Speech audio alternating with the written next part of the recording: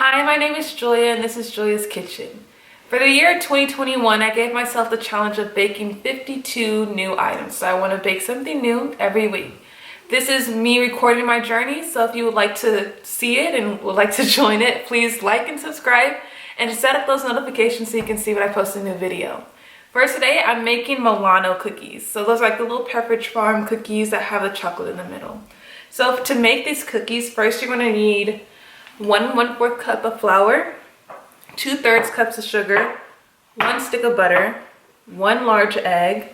You're gonna need 1 teaspoon of vanilla extract. You're gonna need a 1/2 teaspoon of finely ground salt, and you're gonna need 4 ounces of dark chocolate. And we'll get to that later on in a later step.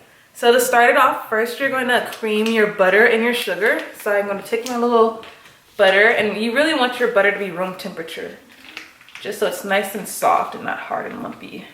So I'm just gonna put that in my stand mixer. And then I'm gonna put my sugar in the stand mixer also. I'm just gonna let that cream until it's like light and fluffy.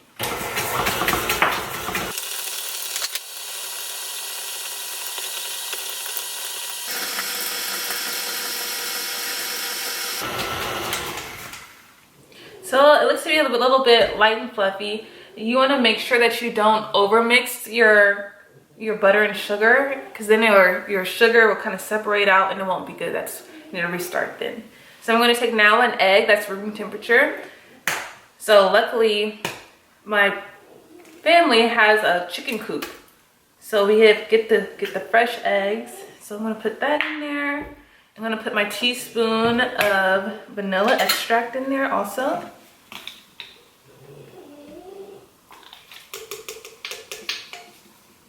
Usually when I like to bake, I always go over what the recipe calls for vanilla. But since this is a new recipe for me, I'm just going to follow the recipe. So we're going to just cream that together again until the egg is fully incorporated.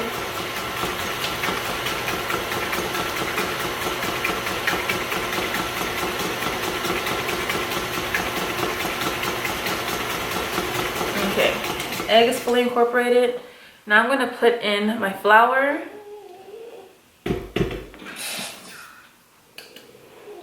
I'm going to put in my 1/2 teaspoon of salt. And I have sea salt, but you want to fine grain sea salt, and that's kind of what you want to use. You want to make sure your salt is fine grain. So let's tap this in, put that in there. And let's get mixing again. Oops, too high.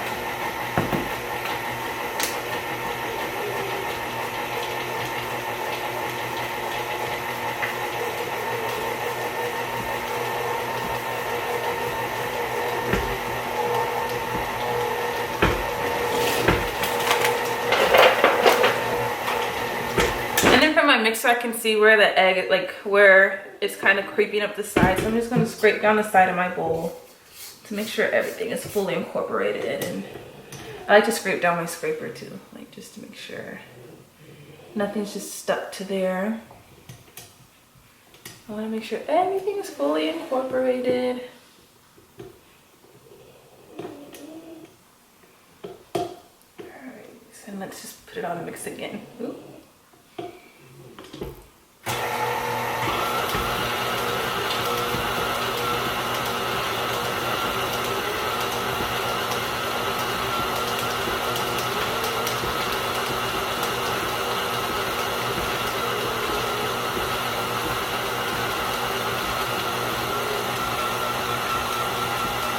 Okay, so it looks to be everything is incorporated. I'm going to just scrape down this stuff off the scraper again.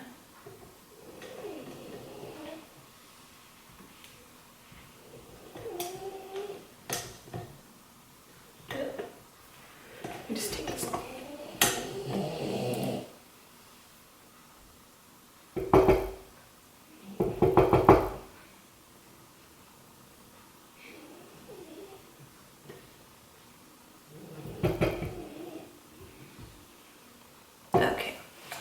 That is now cleaned off. I have a piping bag. So I'm going to fill this I'm going to fill this up with our batter, our cookie batter, or cookie dough, whatever you want to call it.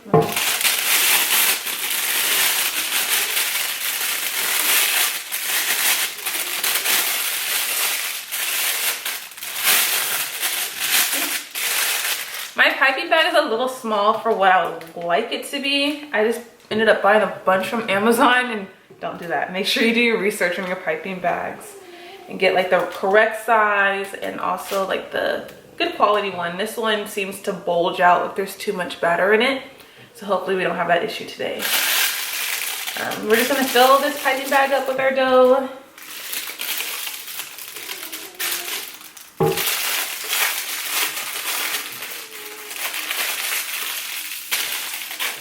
Squeeze it down. I'm gonna cut a hole at the bottom.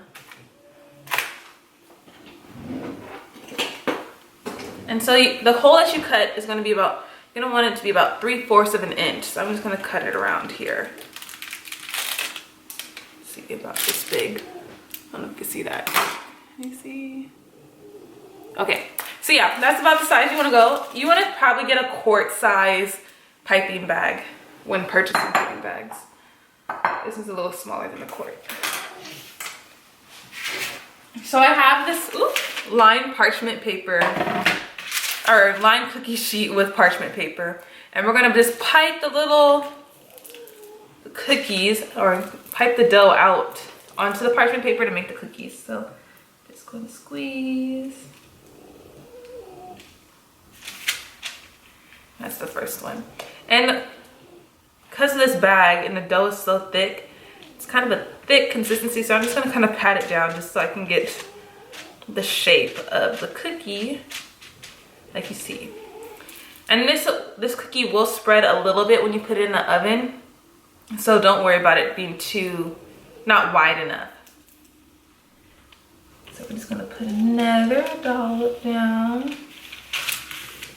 And you want to make sure all of your sizes are a little consistent as in lengthwise, because we're going to put the cookies together at the end. So let's keep going.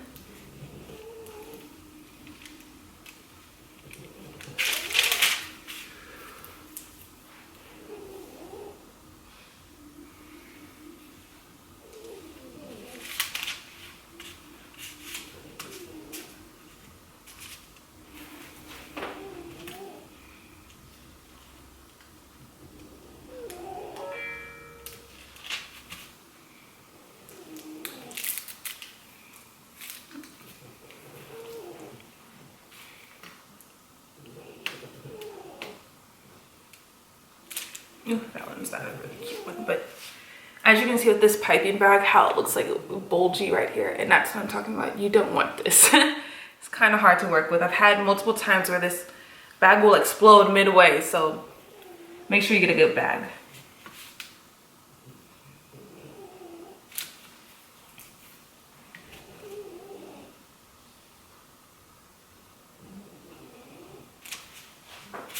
Do one more row.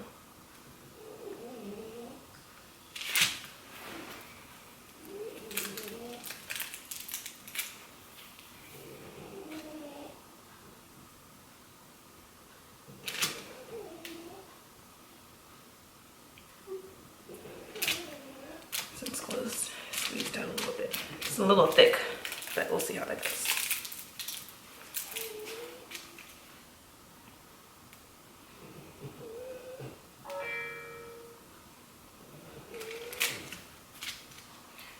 Okay, throw that back in there. So with this, I'm going to now just kind of smooth them out, just so. I'm low-key a perfectionist, but I'm not at the same time, so. Flatten that out.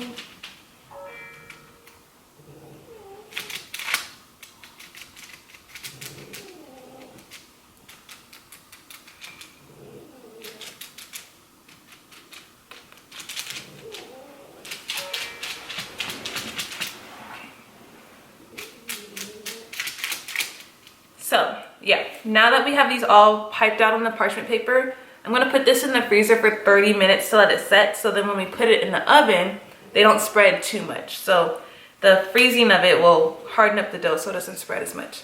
So I'll come back to you guys. Thank you.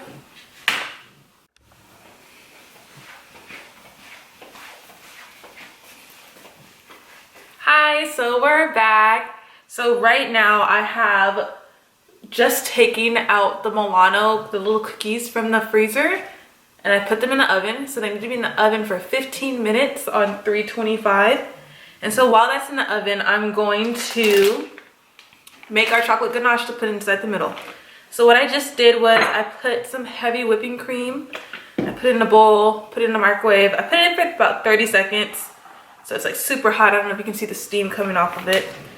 This part I really don't measure. I just kind of look for a consistency that I like. So I just made some, like I said, I just warmed with that heavy whipping cream. I'm gonna pour in some dark chocolate chips in there. I'm just gonna mix that around. So I think you're supposed to let it sit for about 30 seconds to a minute, and then you'll mix it and it should come out as a consistency, but just looking at them, add a couple more chips in there. So I'm just gonna let that sit for a second. Just so it gets a little, gets coated with that hot milk. So yeah. Oh, and so right now I just put out just a regular spatula, but really you wanna get an offset spatula. Let's see. Which is this little guy. So you see how it has like a little angle to it. And that's what you wanna have, so it's easy to just slide onto the cookie. So I say it's been about 30 seconds. So just gonna stir this around. I don't know, can you guys see this? Let's see. Stir it around in here.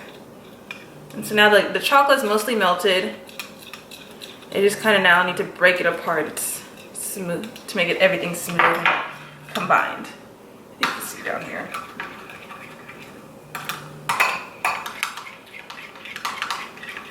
I may have put too much heavy cream for the amount of chocolate that I have. But hey, as it cools off, it'll be fine. And really, it looks pretty good. Looks like a good consistency, if you can see. It's like a little chunkiness to it. But it doesn't need to be like,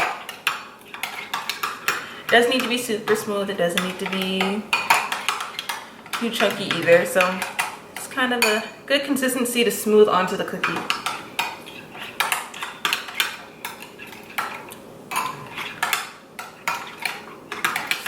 So yeah, okay, so that's our chocolate ganache, and we're just gonna wait for the cookies to come out the oven so then we can put it on there. Okay, so now we have the cookies out of the oven, and these are, just show you, the pan's a little warm, but I'll show you guys. So this is what they look like. Isn't that great? So how you know they're good, I put them in there for 15 minutes, and you see how brown it is on the bottom, and on the edges they kind of brown a little bit. So that's perfect timing of them. So they're still a little warm, but we're gonna just smear some of our chocolate ganache in the middle. And you don't need to be stingy, you can be a little generous with this. So I'm just gonna put that there.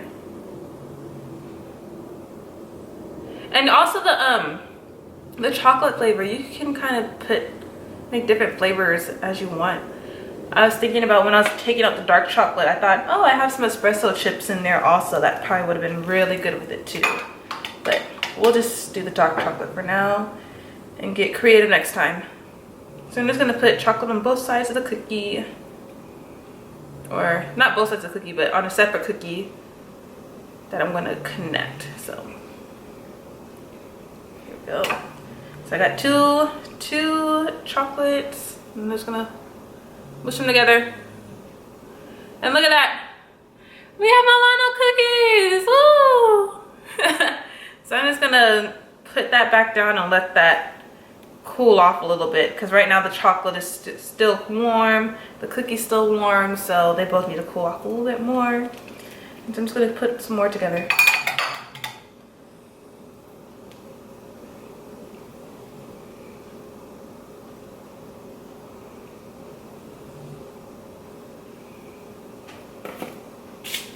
And so I'm just trying to match cookie sizes.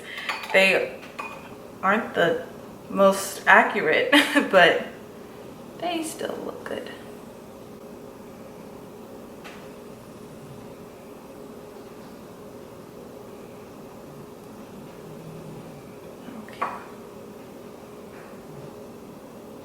Guys, I'm so putting more cookies together.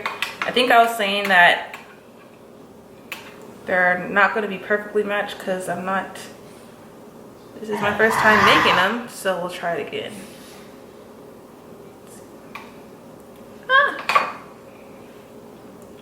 Just slip the cookie in my hand.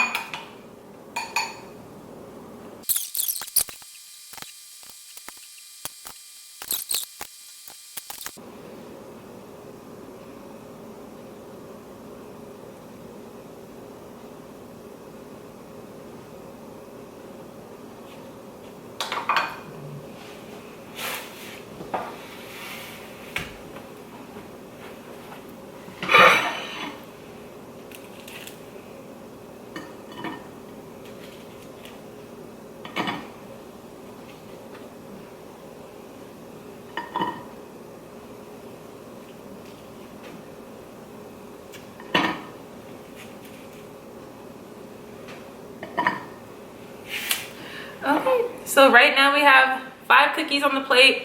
I still have some other cookie pieces in the oven, so in total I'll probably have about 10 cookies. So this is how you make Milano cookies. Thank you guys for watching, and like I said, I'll be doing this once a week for the entire year of 2021. And if you had fun today like I did, please like, subscribe, and turn on those notifications and come back for more. Thank you. Bye-bye.